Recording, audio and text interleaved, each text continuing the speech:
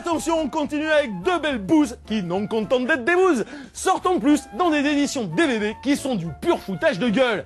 Je parle bien sûr de cette série B attachante pour trentenaires nostalgiques qui est Dreamscape de Joseph Ruben avec Dennis Quaid et de ce trip tellement surréaliste qu'il en devient drôle qui est Bodyguard avec Tony Jaa comme c'est marqué sur la jaquette et alors avec Pipat Apiractana Korn et le fameux Pechtai Wonkam Lao.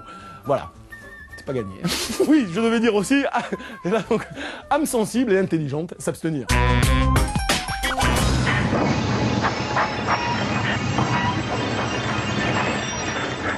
Tu n'es rien dans ce monde, Alex, tandis que moi, je suis Dieu. C'est quand même un film qui est sorti en 1985 et qui débarque maintenant en DVD alors qu'il est sorti déjà en zone 1 depuis un petit moment. Il le sort dans des émissions qui coûtent que dalle, alors au moins le seul avantage du DVD c'est que ça coûte que dalle, ça doit être moins de 5 €.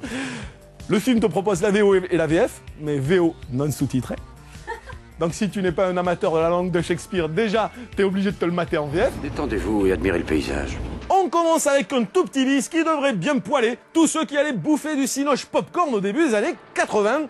Je parle bien sûr du sympatoche, mais pas culte pour autant, Dreamscape de Joseph Ruben, tâcheron oublié dont les seuls nanars bis regardables étaient le beau-père et Coupable Ressemblance. Et encore Coupable Ressemblance, c'était bien parce qu'il y avait James Woods. C'est tout, ouais. Partant d'une idée prometteuse, celle de télépathes pénétrant les rêves d'autrui afin de les modifier, Joseph Ruben orchestre un agrégat improbable de genre, mêlant poursuite inutile à moto, complot politique pré-glasnost, comédie lubrique à grands coups de saxophone, et surtout scènes de rêve psychédéliques dans lesquelles Dennis Quaid traverse des univers cauchemardesques aux effets spéciaux plutôt fun pour l'époque.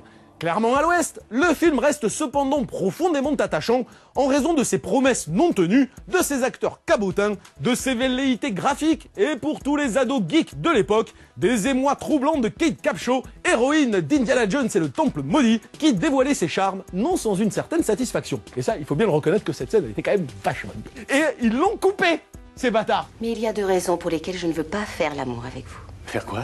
L'amour? Oh, mais qui parle de faire l'amour? Moi, je ne parle que de pizza.